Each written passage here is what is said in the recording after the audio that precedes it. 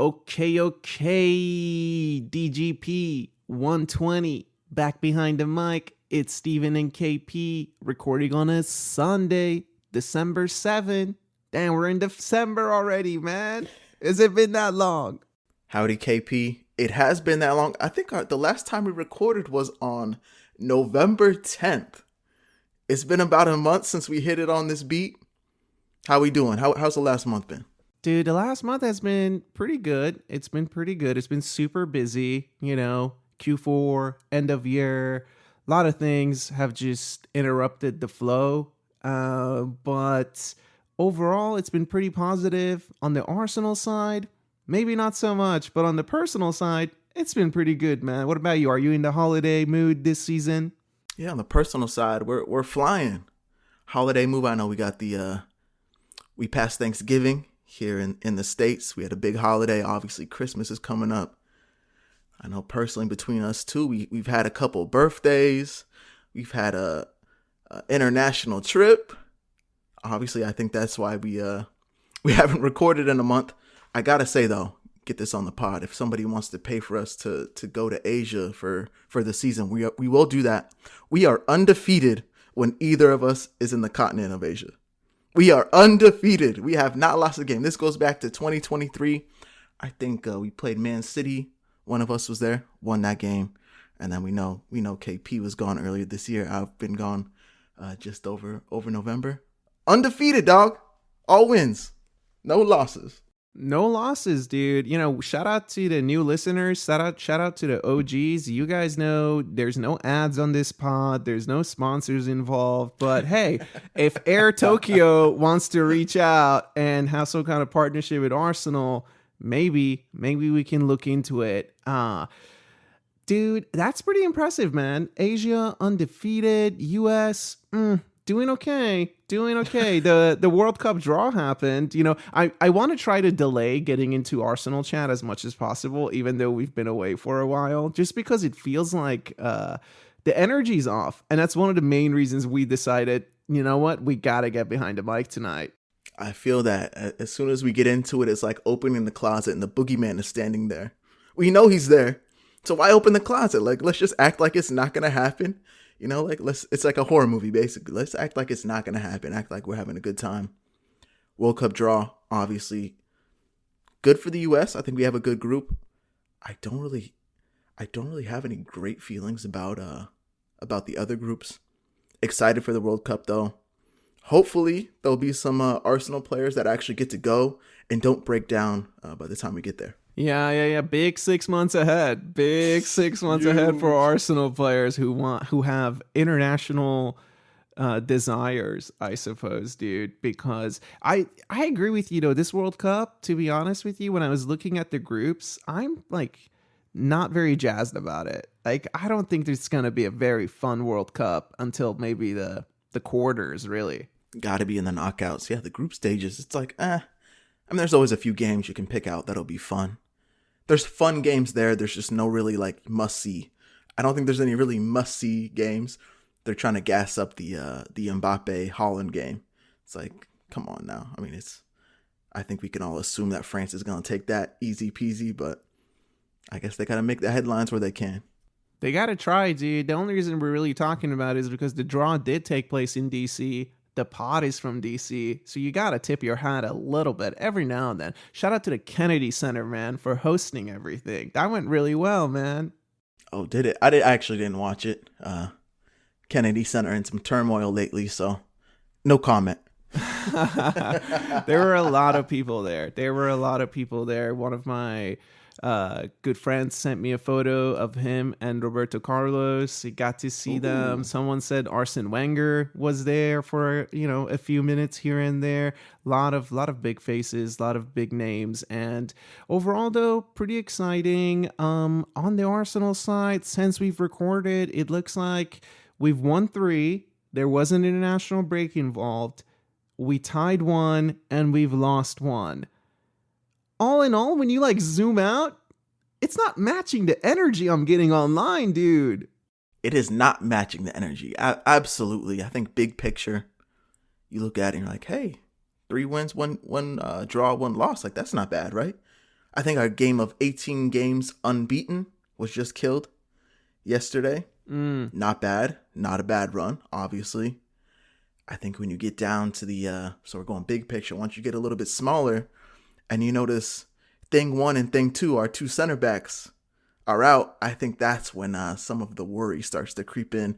The closet is now open and the boogeyman is coming out. Yeah, I mean, we recorded before that last international break.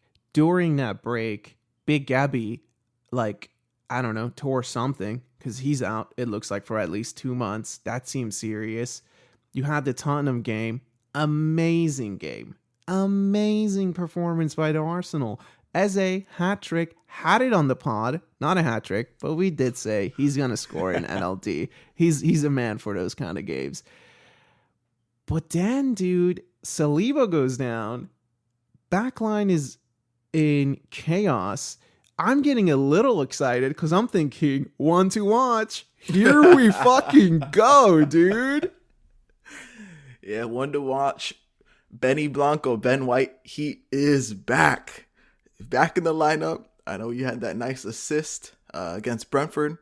He actually looks up for it. I know we were talking about, is Arteta trusting him? Well, he got to trust him now. He has to put him in. Mosquera, he goes down as well. So we're down 3 center backs. So Ben White has to play. Shout out to the dude. I think he's actually looking good. He's looking pretty good. I agree with you, man. But look, beat Tottenham, beat Bayern, beat Brentford, draw against 10-man Chelsea. A lot of people started to come out right after that Chelsea game. Not good enough against a 10-man Chelsea. Did you catch any of that one? I did watch that one. I was back in the States for that game. So that was my first game back. Obviously, I was back because we drew it undefeated. When I say undefeated, I should say we always win when we're in Asia. We always win. Not necessarily undefeated. We actually always get the 3 points. But yeah, caught the draw. That's a tough one. I think that's a tough one. To be honest with you, there's like all this talk about it, and I think Chelsea fans were kind of giving it to us. And for me, it's like, this is the best chance you're going to get, big man. This is the best chance you got. Our necks are on the chopping block. We're missing our 2 center backs. You guys are in form. You just put a walloping on Barcelona. We're there for the taking, and you didn't do it. So I say credit to us, not you guys. But I don't think this is not a Chelsea pod. No. And then the Villa game started. Things were going okay. It was a tough game. Had that dagger at the end. And I am wondering how many people are just reacting because of that dagger at the end instead of maybe the game that it was. And focusing more on the fact that we have been saying it for a long time here. Who is going to bail out the defense? Who's going to bail out the defense? Now is the time to show it. You go away to Villa. You don't have your 2 big dogs. Who's your man in attack? You know who the man is the sleepy man, the raccoon, whatever you want to call him. It's Trossard. Like he's the man this season, right? He is that dude. Also hurt. He only gave us 30 minutes? 30 minutes yesterday? Had a nice little volley that went wide. Obviously had the goal. So I would say right now he's the guy. You've called it out for quite some time, man. Big Gabby's the clutch player. He's kind of the go-to when the moments are tough. And we're not talking just defensively, like offensively, right? Free kicks. He's the guy. I don't think there is that offensive player that we have that gets you those clutch goals. Trossard is the only one that really comes to mind, man. You would like it to be Saka. I would love it to be Saka. Everybody would. I just can't really think of those moments from him. Even yesterday, I don't really remember a lot of chances that he was the one putting the ball on goal. Obviously, he got the assist. Or was this? Yeah, we had the offside goal. He was assisted on that, but putting the ball in the net, I don't think he's that guy right now. It's a real struggle, dude. It's a real struggle. There's so many talking points out there. If I were to just get your overall vibe check, man, we have played 15 games. We're sitting still top of the league. This weird run that we knew was always going to be difficult after that international break has proven to be very difficult, but we're still top of the league. Are people justified to start to say bottlers? I'm seeing that already. People are saying bottlers, here they come. And the energy online is just turning, man. The tides are turning, dude. Emotional club. We know that. It's an emotional club. To bring out the bottler chat to me is just crazy. I think as a rival fan, maybe you can say that, like trying to get a rise out of, right? Try to get a rise out of us. Fair enough. But like in your realistic mind, you don't have Big Gabby. You don't have Saliba. We're fighting for points right now. We had 2 sucker punches, really, right? Sunderland, last minute goal. Last minute goal. We had the 3 points, ended up with the draw. Last minute goal. Yesterday, sucker punch. Last minute goal. We had the draw. We had the point. We're terrible at Villa Park. I think they've won 4 of the last 7 at Villa Park. They're killing it against us. So I'd say it's more of a sucker punch, man. I think as long as we can stay in it, which we are, obviously, we're still on top. As long as we can stay in it, hopefully get our dudes back healthy. I still think we probably have the best squad, but hey, this is fucking football, man. That's bottom line. No, I agree with you. And look, do we have the best team? I still think we have the best squad in the league. When I look at our backline, the thing about our backline is like our backline has been deep. We've sat here and said we're so deep, Benny Blanco can't play. We're so deep. Mazla Skelly, who had an amazing year last season, can't get into this starting sheet right now. And people are falling left and right during this little period that we haven't really been behind the mic. The one guy who has really stepped up is Mikel Merino. He has performed really well. But going into this Villa game, something for the manager, perhaps. Was it right to start him? I don't think you could bench him. I don't think there's any way in hell you could bench this dude. After the moments he's had, I mean, probably he's put in what? He's been putting in absolute shifts. He had that goal and assist. Bro, like, I've heard the chatter about like, why would you start him after? He had a stinker, and I'm glad he came off at half. Don't get me wrong. I'm glad he came off at half. I'm glad Mikel made that move. Very proactive of him. Something that I've requested. That was very proactive. But of course you got to start him. Do you disagree with that? No, I'm of the same mind, honestly. It was really nice to see Mikel sub him at halftime. That showed a lot of growth from the manager. That's something we've been looking at. During this whole time, it's been actually really nice to see him use his subs effectively. I think the Bayern game, right, to bring on Martinelli, get that counter punch, get that counter goal, that's good to see.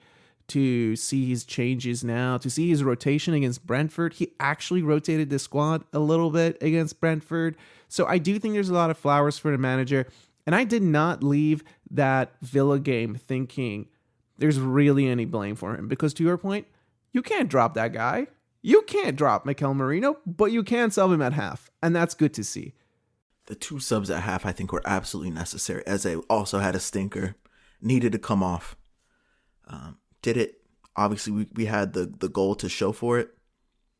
The one piece that I've actually seen, and it's not just for yesterday, it's also for like the Sunderland game, even the Tottenham game, is why isn't Norgard playing?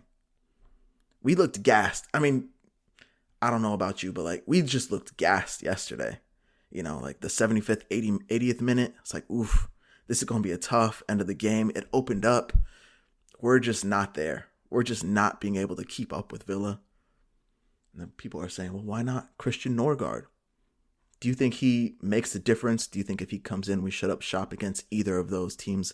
And I'm talking specifically Sunderland and Villa. I don't know. I'm struggling with it. The Norgard one, like I felt very strongly the game before the international break that he should have been used. That was against Sunderland. We had the lead that day. It's a little different. These last couple of games, Chelsea game, it's a tie game. Villa game, it's a tie game.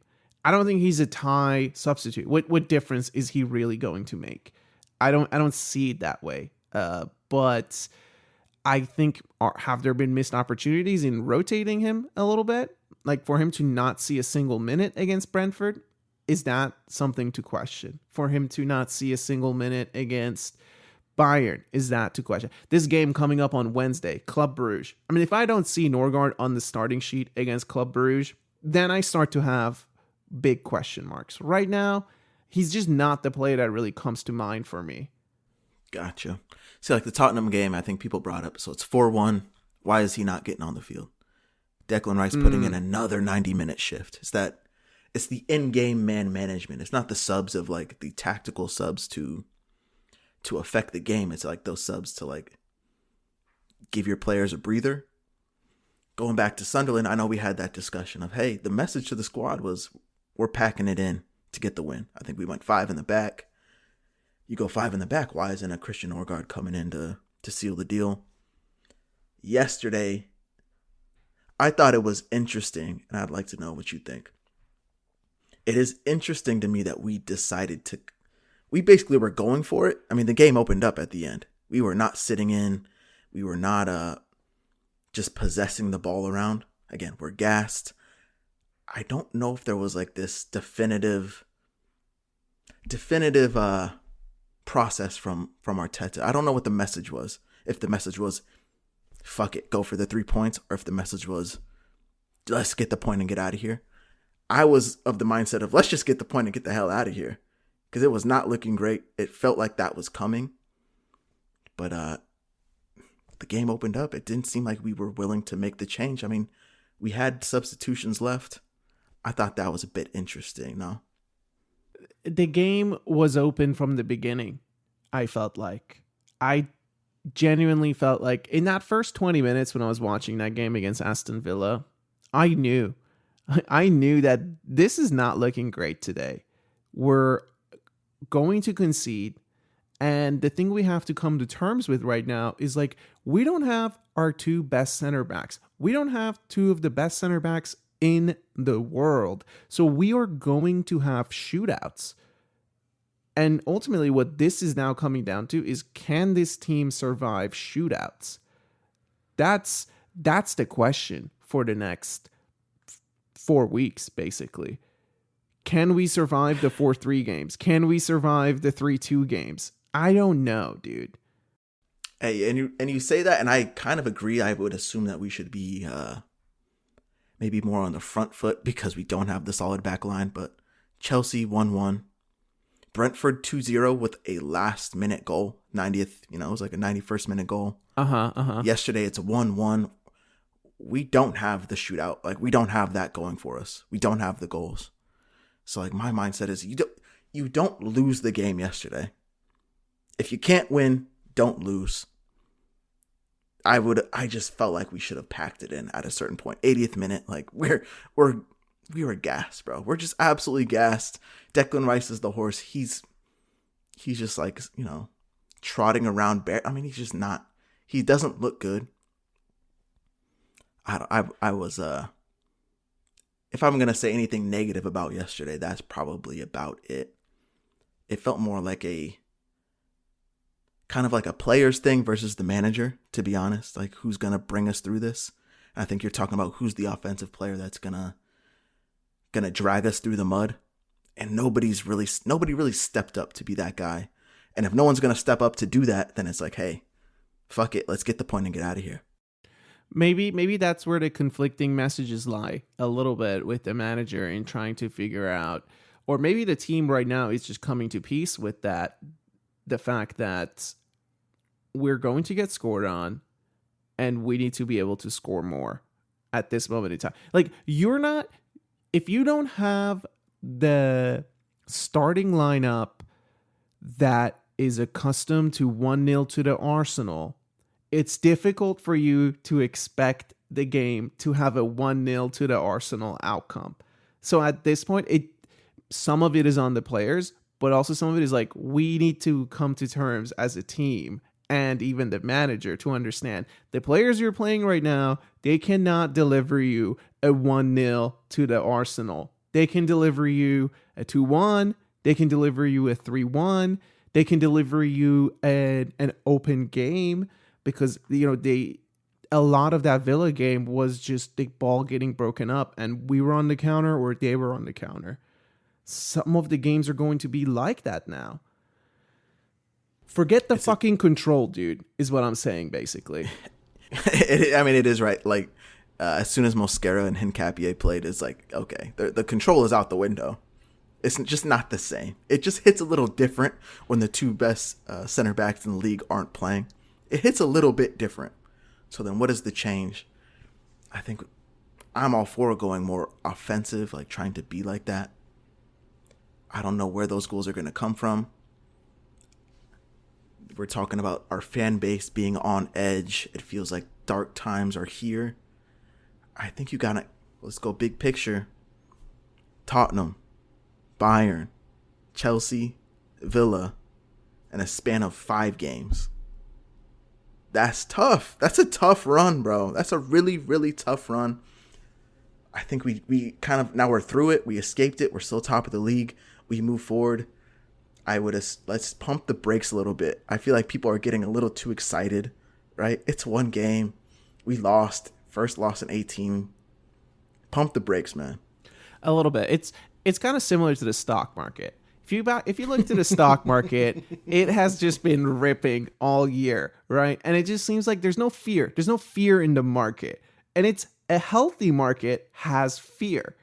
And right now, as Arsenal fans, we're having a little bit of fear. And that's okay. It's super healthy, dude. And we just have to come to terms with it a little bit. We need a few players to step up for us a little bit. And you know what? The thing about the attack is that the focal point of everything for us over the next 4 weeks relies on the attack. Everything is now on the attack, dude. The defense did their part. We're sitting first with plus 20 goal difference. That's nothing to panic about, dude. That's to just recognize from now on, how do we keep the plus 20? We need to score more goals. Score more goals. All right. I want to say that's kind of the nail on the head. How do we end up scoring more? How you win a game is scoring more than your opponent. Bottom line. So in the first 17 games with Saliba and Big Gabby playing, we let in 5 goals. Fantastic. You're more likely to win when you do that, right? We're barely letting in goals. Without them, we've let in 5 goals in 5 games. So a goal a game. The question is, do you think Arsenal can score 2 goals in a game? Hell yeah, they can. Hell yeah, they can. The injuries on the front line are not there anymore. Except, guess who? King Kai. Who, we can debate that all day. We love King Kai over here around these We'll parts. be debating that all day. Trust me, that's coming up on the pod. So 5 goals in 5 games. Who's going to step up from the front line? Dog, I don't know. Trossard is the only one I can think of right now. Saka is supposed to be the guy. Do you have any feelings about the way he's been playing? Good, bad, or just kind of in the middle? Saka's been doing his thing. He's been trying. I thought he looked really good against Villa. The thing about having perspective right now, those games that you mentioned, the Tottenhams, the Bayerns, the Chelseas, the Villas, 2 of them were away, Stamford Bridge and Aston Villa. The thing that's surrounding this Arsenal team right now is that every team we play, we just, on top of the injuries, on top of everything that's happening to us internally, we just happen to be catching them at the best form of their season. You can't make that up, dude. You can't make that up. Last weekend, it was, oh my God, Chelsea are second place. They're title challengers. This weekend, it was, oh my God, Villa are second place. They're title challengers. So every week, we're just playing teams when they're on fire too. That's not helping. That is actually crazy. That happened in back-to-back games, right? I guess Brentford was in the middle there. Sorry, Brentford. Sorry to look over you. Yeah. But yeah, 2 games. Title challengers are there. They were both away games. Obviously, you have a history of being terrible at Villa Park. That's just the reality. Unai Emery, he has our number. Shout out to Unai. Good evening. He has our number. Who on the offense is going to step up? I don't know. Marino was stepping up. The unexpected one. You got 14, Victor Gyökeres. He's been hurt. I don't think he's going to be the guy to step up. The one thing I will say about Saka, he's not scoring goals. He's still getting assists, but he's not scoring goals.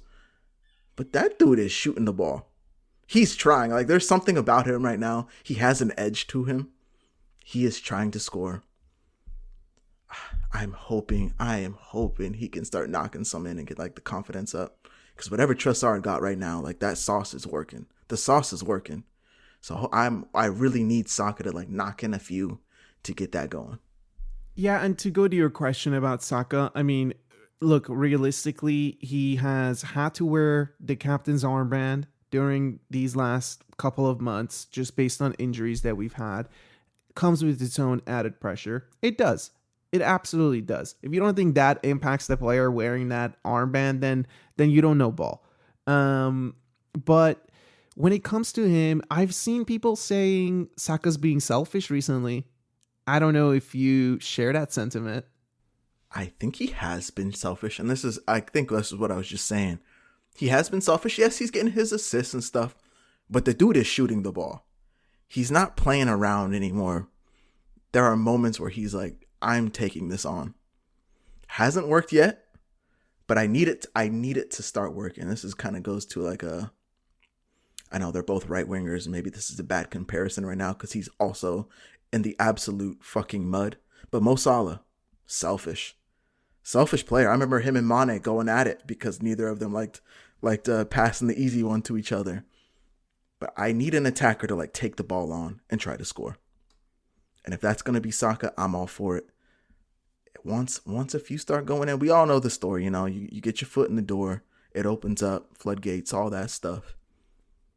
Be selfish. I don't care. Be selfish.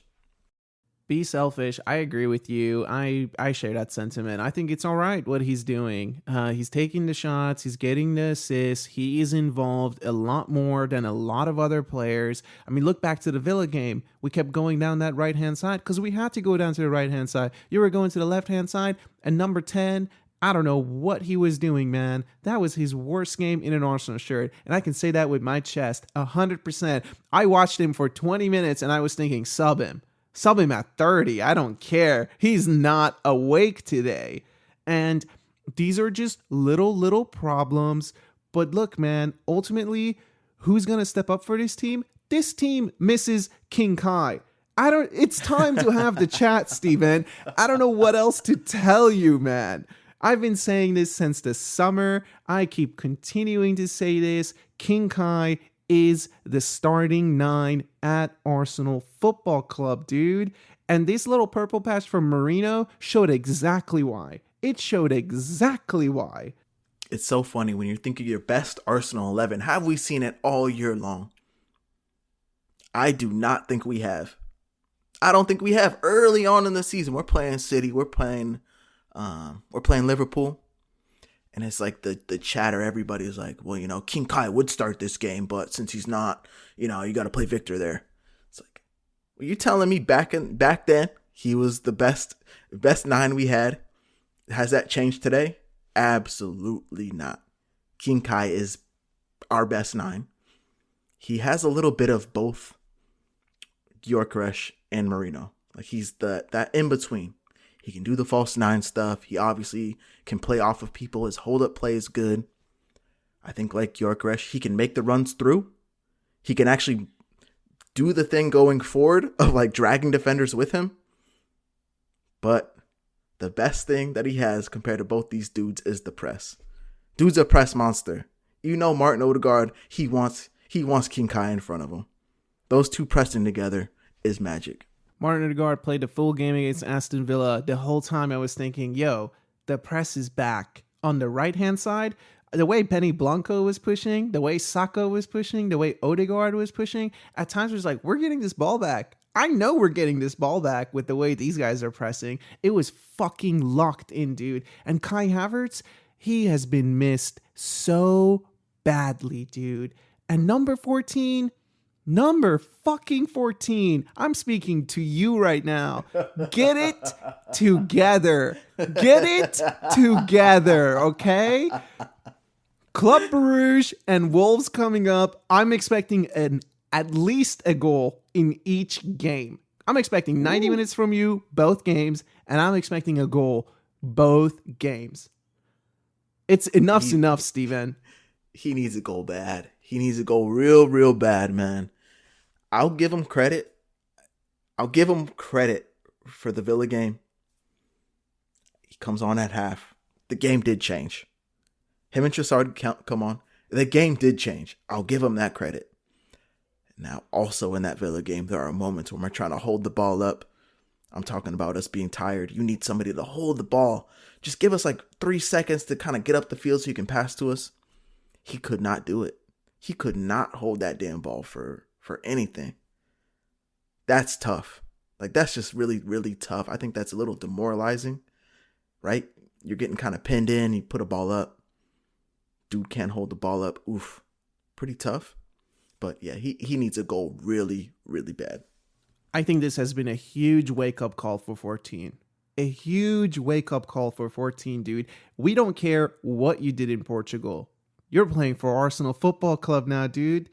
We're away at Villa Park, dude. A couple of times their defenders dropped him on his ass, dude. They just dropped him, and then they looked at the ref like, get up. We're having none of it. Same thing at the Newcastle. It's same thing. You're going to St. James Park, bro. You're going to get dropped on your ass as Arsenal's number 9. Get used to it. Get used to it. You don't get those calls in this league, my guy. Not with the way officiating's going for us. No, not the way it goes for us. Absolutely not. Needs to go real bad. I honestly just kind of feel for him. I think the service talk, a lot of people talk about the service. I was kind of on that at the beginning of the season. I'm less on that now because guess what? When you see Marino up there, number 2-3, gets 2-3 balls a game, he puts one in. He doesn't need much and he's scoring. So if you can give this dude 14, 2-3 balls a game, I'm hoping he can score. If that's what you're telling me, that's all you need to score. He needs to be able to do that. So we'll see. I'm not having any of the service talk. From day one, you know me. From day one, I've doubted the service talk, dude. Because I'm watching this guy play football, and I'm just not seeing certain things, chat. I'm not seeing certain things, chat. And it worries me. It does. I hope he pulls through. I want him to score just as badly as the next guy. We need goals, dude. But I watched Mikel Merino, and I thought, I haven't seen my 9 get everybody else involved like this in a long time. I haven't seen my 9 score those kind of headers. I don't think there's a better header of the fucking football in the world right now than Mikel Merino. I mean, the dude's on fire. Obviously, the dude's on fire. Scoring striker goals. Everybody's giving him credit like he's scoring striker goals. Had a stinker yesterday.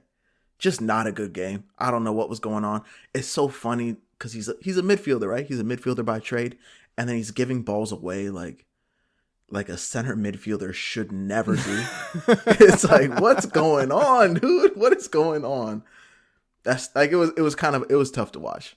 It was. I felt for Marino too. I did feel for him. He got himself into a situation where he was undroppable, and Villa was just not a good game for him. They play a high line. They are more athletic than you. It was just a mismatch from the beginning. But unfortunately, he had played himself into a form that was just like, well, I got to put him on the starting sheet. I can't do anything else about that. But to see 14, honestly, against Chelsea, he played 20 minutes. Against Villa, he played 45. The service chatter, I'm not having it, because at the 92nd minute, Declan Rice put a beautiful ball right across, and 14 was nowhere near it. And then Madueke is out here catching heat for just being Madueke. He was always going to shoot that. He was never going to do anything but that. So, but you got to look at 14, dude. Giving him shtick. I think some of it's fine. I think he seems like he's a big boy. He can take it. I think we got to hit on someone that was actually taking stick yesterday, which we thought was interesting. Out of left field, the captain, Martin Odegaard, talk about a shooter. This dude was actually shooting yesterday. His shots were going straight to Emmy, and I was upset with that. But the dude was actually shooting, which I love. We know he can score a goal. So I hope he continues to do that. We're talking about who's going to score the goals. It could be Odegaard. It absolutely could be. But interesting, like halftime, I get onto a match thread with Arsenal fans, and people are giving Odegaard the what for. And I'm not seeing this. I don't think you're seeing it. Did you think he had a bad game yesterday? I have to be honest with you. The only reason I felt strongly about getting behind this mic tonight is because I was seeing the chatter about Martin Odegaard. And I was upset about it, Steven. I was so upset about it. First of all, that's our captain. Second of all, if you have some kind of agenda and you want to flip the game to say, oh, look at Odegaard, instead of owning up to whatever the hell number 10 was doing for 45 minutes, that's you. You have an agenda. We don't. We live in DC, and we're going to say what we see, and what we're seeing is Martin Odegaard is meant to play the right 8 role at Arsenal Football Club. The press is different. The creativity is different. The number of times that Saka was getting the ball, and he was perfect. He was set up perfectly to drive at the winger. Things that we haven't seen in the last month and a half. We haven't seen Saka get the ball like that. I feel like anytime it's been going to him, he's either been doubled or he's had to take a quick touch and play it backwards. Not when Martin Odegaard's playing. That's weird. That's pretty weird. So things are not adding up for me. And Odegaard, I thought he was so good. I don't understand it. He created the goal that was offside. That was all Odegaard. Are you kidding me? The way he played Saka through, that was amazing. He can't do anything about that run being offside. A couple of other chances. The Trossard volley, that was Odegaard. He was creating the chances. Even, I think maybe the goal that we scored involved him freeing up Saka to go at that defender. So to be coming at Odegaard, I think you just got it completely twisted. You've got some kind of agenda, and you're not watching the games. I'm very surprised he was the one getting the stick. It didn't seem to make much sense to me. I remember when he came on against Chelsea in that game, he was like transformative. He came on, Eze was there. Not that Eze was doing bad, he's doing his thing, but Odegaard comes on and it's like, oh, like this is what we're missing. Like a true center mid that's gonna like send us forward, actually protect the ball, like just have that rhythm to him.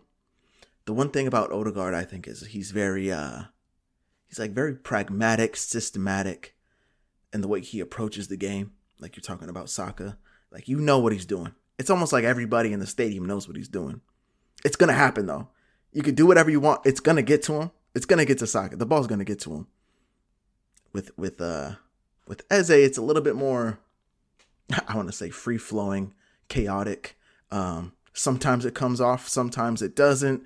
I know we talk about him like losing balls in the attacking third that are just like weird ones where it's like, that really seemed like it was on, and he loses it. Odegaard, I think he's gonna put the performance forward that's at least solid, always gonna be solid. Shooting boots on, bro. I was a little dumbfounded as to why people were going at him. It didn't make any sense. I'm so glad you brought up the Chelsea game. When he subbed out of that Chelsea game, it felt like the thing about him that goes so under the radar is like his football intelligence, but in terms of actually being a leader. Like everyone's looking for the guy who's going to be yelling at people in being a leader. But when he subbed on, one of the first things he did was that he was going to the center backs and he was picking up the ball. He was picking up the ball from the center backs. I haven't seen Eze do that once, dude, for the last month and a half. We've actually sat here and said, why can't he find the ball? A lot of times it looks like he's just roaming and he's not picking up the ball. Suddenly, Odegaard's in and he's dropping deep. He's grabbing the ball. He's dictating the play. He's setting the tone. He's helping the center backs also feel a little bit more involved, who are two young center backs. They haven't even played with each other. That kind of thought process is just, it's missing, okay, from everyone else. And you can't put an XG behind that, like for all the scientists out there. I don't know how you can measure that, okay? But he's adding something completely different. He's more of that true 8, right? Front to back, he is the guy. Again, he is the metronome dude of our team. Zubamendi can be that, I think, But Odegaard, I think like you just said, he's the one willing to take it on. I'm going to come get the ball from you. I'm going to grab this ball off your foot, talking to a center back, and bring it forward. Just give me the goddamn ball. Sometimes I feel like he does have that. He's the baby-faced assassin. He looks sweet, does the hair flip, all that. But you're spot on. He's willing to take it on sometimes. The midfield's solid. Rice, Odegaard, Zubamendi. It's been solid. Rice, Eze, Zubamendi. That's also been solid. There's no knocking the midfield right now. The back line. You got Calafiori. You got Timber or Ben White. Outside backs, I think, are killing it right now. I got nothing bad to say about them. Now you talk about the dudes inside. You got Hincapié and Mosquera. They had a decent showing together. Then you have Hincapié and Timber. Shout out to this dude, Timber. That's my guy. Playing as a center back, solid. Solid. We're talking about this new center back pairing, never played together. Whole new back four, never played together. You're going to let in a goal. You let in a goal in 94 minutes. I would hope that your Arsenal team, this team full of all of these players, can win you the game.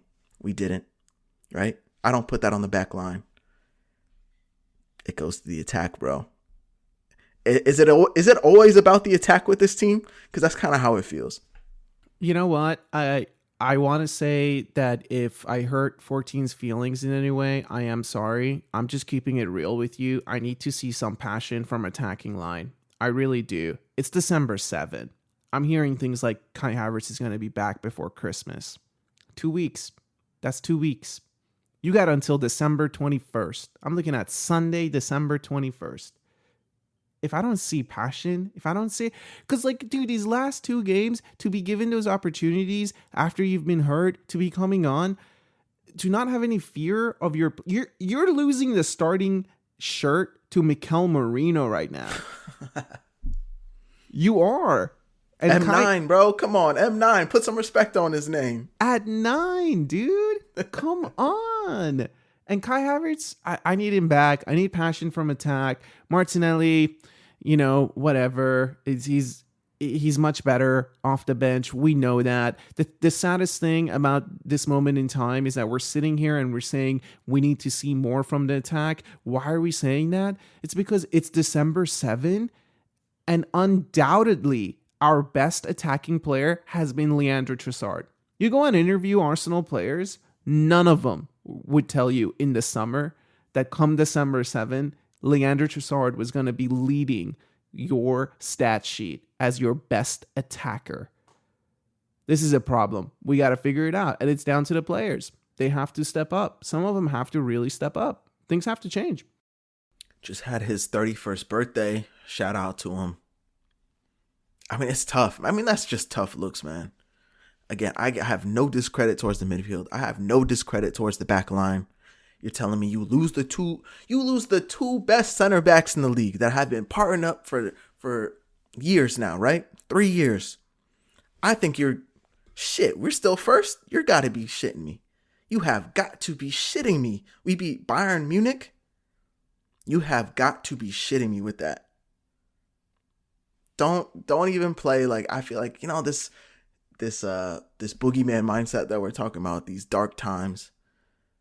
If this is how we're performing with this makeshift back line, the best right back in the league at one, people were saying that earlier in the season, having to play center back now. And we're only letting in these goals that we are. Barely any chances. Somebody got to bail these dudes out. Somebody got to do it. I don't know who it's going to be. This is more of a question of, is this a player thing, KP? Is this the players needing to step up? Or is this more of like, Mikel, you need to have a tactical change. You need to tell people to either press higher here, take the chances, blah, blah, blah. What do you think? It's starting to fall on the manager now, right? I think it's always notes to the manager. No. Look, man, it's starting to fall on the manager, and I have every confidence in him to figure it out and change things up at this moment in time. It's about him recognizing it. It's about him being able to trust players, and It's about the players just stepping up. I mean, look, that Villa game after the first half, when we came out for that second half, you did feel like we're gonna score. You felt like we're definitely getting back into this game very quickly with the way it started. But then after 10, 20 minutes, it changed. It did change. I don't know. Is that because they made changes? Is that because we stopped doing something? Was there a message to come out really hard in the first half and get the equalizer, and then we'll see how to set? I don't know. I don't know what those conversations are like. But I need Mikel to recognize we're going to concede a lot going forward for the next 4 weeks, and we need to change some things. If that means us taking more chances, that means us taking more chances, dude. How many times have we sat here and we talked about, the risk management of this manager being a little off? This is starting to fall on him 100%. 100%. And you know what? The reason I feel it was so important to record tonight is because the fan base is on such an edge. Forget the Club Brugge game. We all feel super good about UEFA. We do. It's this incredible work, dude. 5 games, 15 points. Atletico Madrid, pocketed. Bayern Munich, pocketed. These are good teams we're talking about now. Like, the thing about it is, like, over the last 2 weeks, I've gone from thinking this team is the best team in Europe to thinking, oh man, are the wheels coming off? What's happening right now? That seems like everybody. That's what everybody's thinking. Is it happening? Is it happening before Christmas? Is it happening that quickly? So you got Bruges midweek. You have Wolves at the weekend. If there was ever a time, and the last international break, I remember us being very thankful for the timing of that. Well, it's gotten worse, right? Not only are we missing we're missing both of our center backs and our third center back in Mosquera. Times have gotten worse. We're missing our best attacker. These 2 games are the 2 games that you can take a breather. Bruges, I don't care. I just don't care. I want to see 3 teenagers. I want to see 3 teenagers on the field for Bruges. At least 3. Give me 3 teenagers. I don't care. Give me 3 of them. Wolves, I don't care if you rotate or what. Wolves stink. They absolutely stink. They're just not good. So if you go ahead and don't get the 3 points in that game, and the bayonets come out, everybody's coming for your neck. I mean, that's on you. That's on you at that point. But these are 2 games. If you ever wanted an easier run, 1 game that doesn't matter, just doesn't even matter. I don't care. And then Wolves, the worst team in the league by a distance. Let's finish this week, and then we can reassess. We can reassess come Christmas, right? Let's reassess in a little bit. Yeah. I agree with you 100%, man. For the Club Brugge game, I don't have like strong feelings about any of this, but I would like to see Ethan Moneri start. I would like to see Miles Lewis-Skelly start. I want to see Martinelli start, to be honest with you. I think Nunny, great. Put him out there. Let's see it. I fully share your sentiment right now. And for this back line is your biggest worry. Club Brugge, honestly, play Kepa. I don't know how many people are going to tell you that, but I am. Play fucking Kepa. I don't care. The last thing with our 2 center backs out is that Raya picks something up against Club Brugge, dude. Are you kidding me? With the way things are going, that's right around the corner. No mixed messaging. 0. I don't want any mixed messages. Let everybody know, even for team morale, like, hey, this is the game. You guys did great. 5 games, 15 points. This is your reward. And for the players that don't get to play, this is your reward for your fucking first 11 balling out. You get to play this game. Champions League ball. This is Champions League. This isn't just like a cup game. This is real stuff. So go out there and play. Do the damn thing. Man, we're talking about the run through Villa. This is a really tough run. I think, the last 5 Premier League games, 2 wins, 2 draws, 1 loss against very good opponents. Very good. You can throw Tottenham in there and people can talk shit about that. That's the Derby game. That's a big one. Every year, that's a huge game. Talk about the energy expense in that game. Huge. Villa, That's a lot of energy wasted in that game. It's a good team. Chelsea, there was a lot of energy in that game because those dudes were trying to break our necks. So there was a ton of energy in that game. Like, don't act like we're not there, because we are. We're still in first. Don't act like we're fading around on our backs, showing everybody our belly, because we're not. These teams can still barely beat us.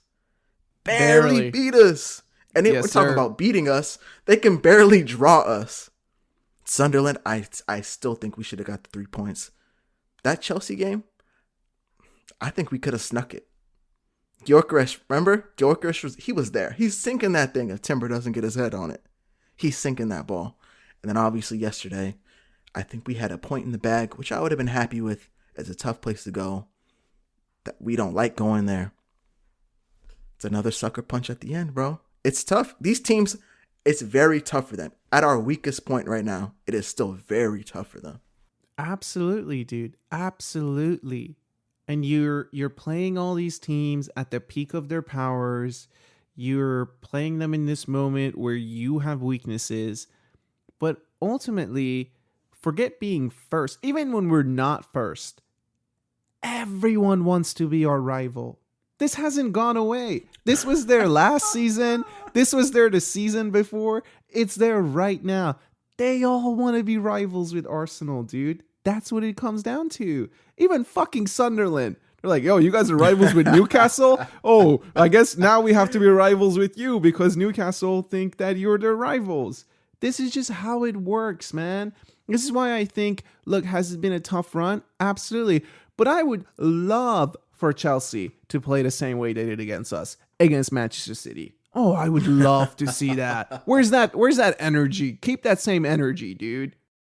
It's that measuring stick stuff. It is absolutely the measuring stick stuff.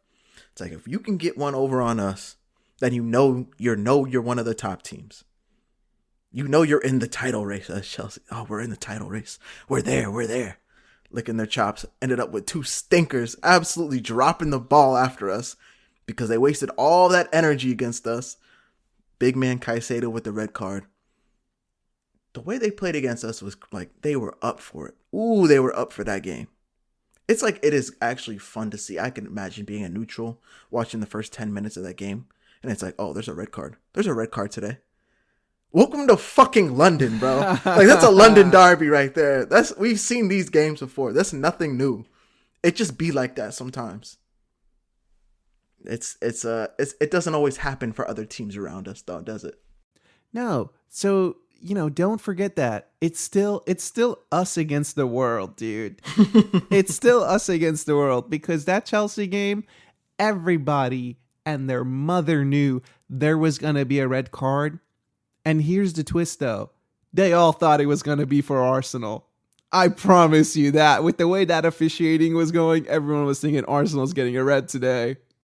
Second yellow. The second yellow was written, bro. It was written. What did the total count come to? I think they had one yellow card, one red card. Did we have like 5 or 6 yellows on the day? 6 yellows, yeah. Woo-wee. Yeah, it was written. It was absolutely written, man. And you know what? The vibes have been so weird the last 48 hours especially. This pod has been all over the place that we haven't even really been able to even soak in the fact that the one to watch, the football knowledge is coming through, chat. If you have been listening, this is what was predicted on the pod. Come December, come January, come the run-in. Watch out for Benny fucking Blanco, my guy. He's back. He's back in business. So we got one to watch. If you're a new listener, I know we do this every time.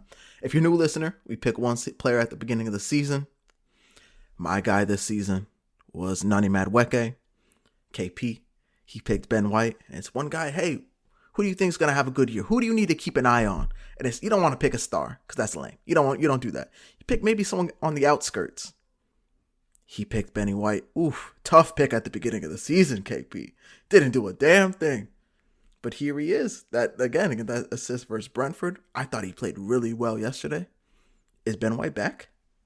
Steven, the overlap is fucking different. I know you've sat here on this pod and you've tried to convince me that like, oh no, a lot of people have been knocking Timber for his attacking contributions, but he is contributing going forward. It's not the same, my G. It's not the same.